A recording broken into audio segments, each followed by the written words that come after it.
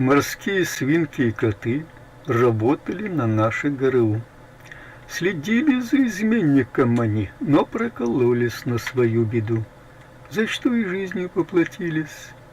Им отольют из бронзы бюст, поставят в вестибюле штаб-квартиры, и козырять им будет каждый хлюст.